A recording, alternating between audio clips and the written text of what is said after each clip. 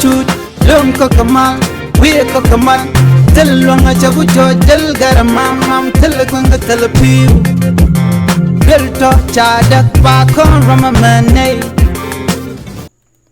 Bia Kamal Kanur Online TV ke jan guasa me de yener ke nyam ano ko chana tiang ke mal ke jan guasa me en ler banlinga jan guasa me en ler mi chala do ramala ler Dr. Lam lat ke Dr. Lam akol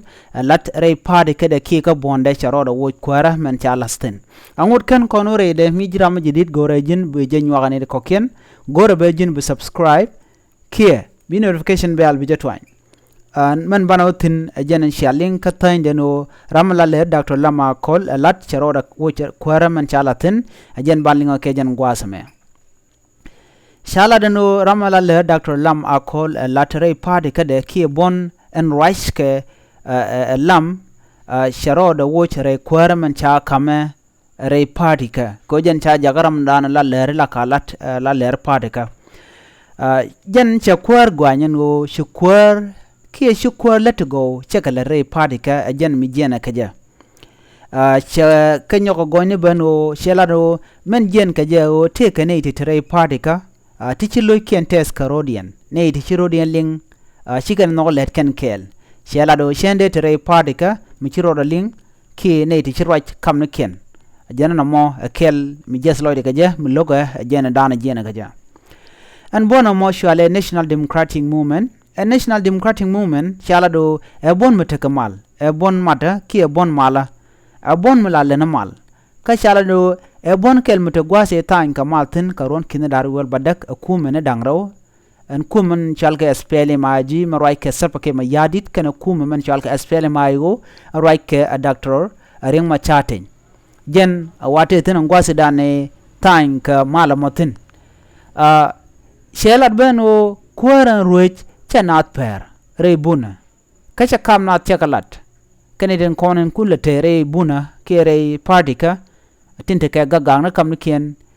chalat jaram mo chakalat eram mo shwale Mahmud Akot jella Ramadan la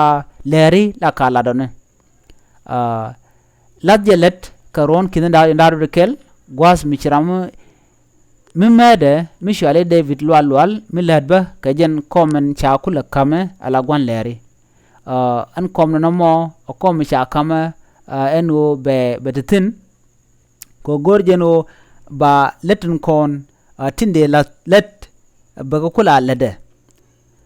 an gwasamo shi Mahmud Akot ajene chilo de jek ka kwitin kona nene shela do en ajena dan en jenka gwadan kwama dana shalatin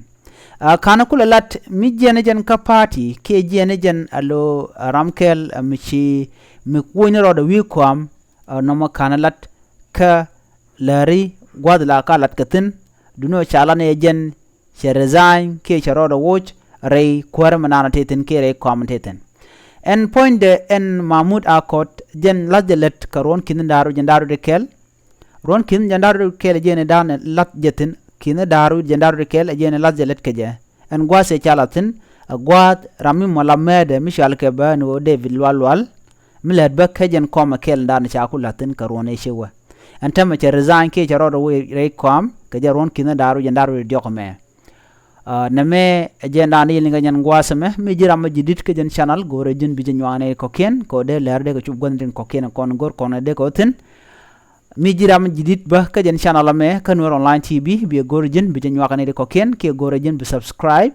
ke bi charu bi ja ko ngpinka gwaru ka tongne internas ajen gwada dande ler kon pektin na me bi atikamal bye bye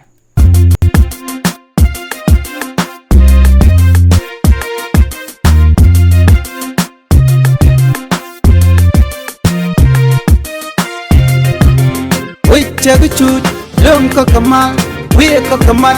tel longa chagu jo del garamam mam tel kwanga tel piu belto chadak pa kon ramamane